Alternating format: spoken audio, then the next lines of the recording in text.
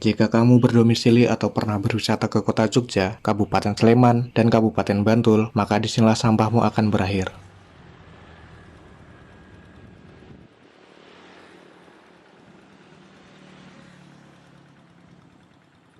Selamat datang di TPST Piungan. TPST ini pertama kali diresmikan pada tahun 1996. Hingga hari ini, masih tetap menjadi satu-satunya muara pembuangan sampah dari kota Yogyakarta, Kabupaten Sleman, dan Kabupaten Bantul.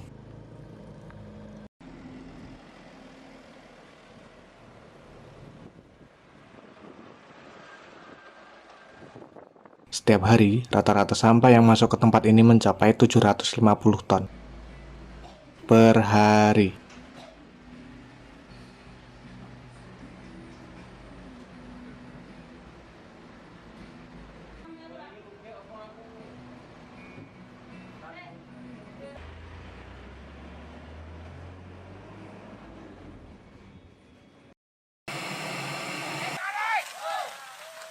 Senin siang, kemarahan warga memuncak dengan diletakkannya batang pohon melintang menutup jalan masuk menuju tempat pengolahan sampah terpadu atau TPST Piungan. Akibatnya, tak satu pun truk sampah diizinkan untuk masuk. Dahulu, di TPST Piungan, kerap terjadi konflik terkait kompleksnya permasalahan sampah di tempat ini. TPST Piungan yang telah over kapasitas menjadi salah satu penyebab konflik tersebut.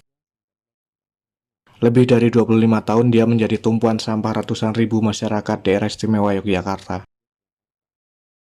Pada tahun 2022, kawasan TPST Piungan lama yang over kapasitas tersebut akhirnya ditutup pemerintah. Kita sebut zona ini sebagai zona A.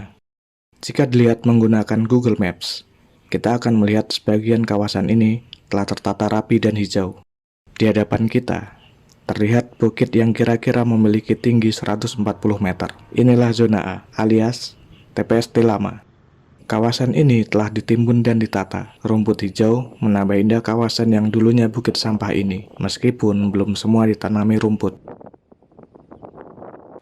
Terlihat pula cerobong-cerobong yang tertancap di tanah. Cerobong ini berfungsi untuk mengeluarkan gas metan dari sampah yang tertimbun tanah. Gas metan juga terlihat menyembul dari genangan air hujan di zona A ini. Dari atas zona A, kita bisa melihat pemandangan kota Jogja dan Gunung Merapi jika cuaca cerah. Tak heran, tempat ini jadi tempat nongkrong favorit muda-mudi sekitar. Dari sini, kita juga akan melihat zona B. Zona B atau zona transisi disiapkan pemerintah dan baru dipakai akhir Agustus 2022 lalu untuk menampung sampah sementara sembari dibangunnya TPST Piungan baru yang memiliki teknologi pemusnahan sampah.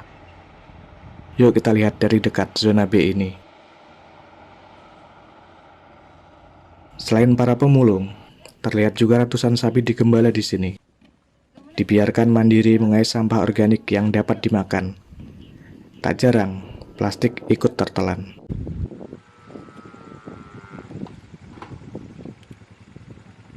Burung blokok juga tak mau kalah mencari serangga kecil dan belatung di antara sampah yang terhampar. TPST Piungan, tempat yang kerap menjadi gemuruh pro dan kontra di kota, nyatanya menjadi magnet bagi manusia maupun fauna.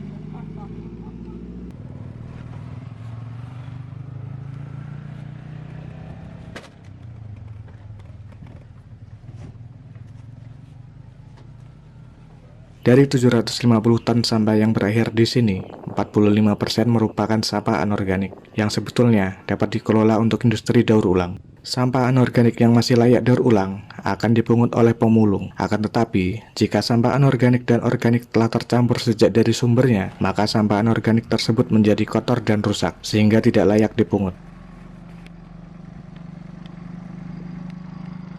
Zona B atau zona transisi yang disiapkan hanya untuk sementara waktu, kini mulai terancam penuh kembali sebelum waktunya. Lihatlah, hanya dalam kurun waktu kurang dari setengah tahun sejak dibuka, zona B telah terisi sampah segini banyaknya. Prediksinya, akhir April 2023, zona ini akan kembali penuh.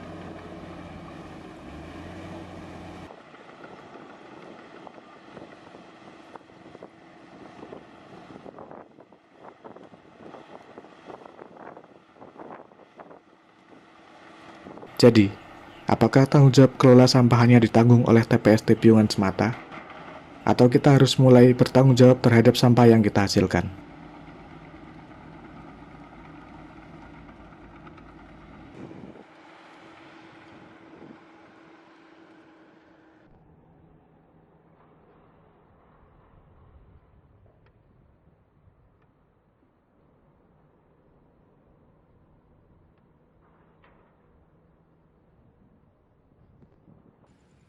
Tentu kita semua sepakat, tidak perlu ada gunung sampah lagi. Mari memilah dari rumah. Gunakan aplikasi Rapel untuk memanggil kolektor. Nantinya, sampah organik terpilahmu akan dijemput dan dihargai sesuai aplikasi.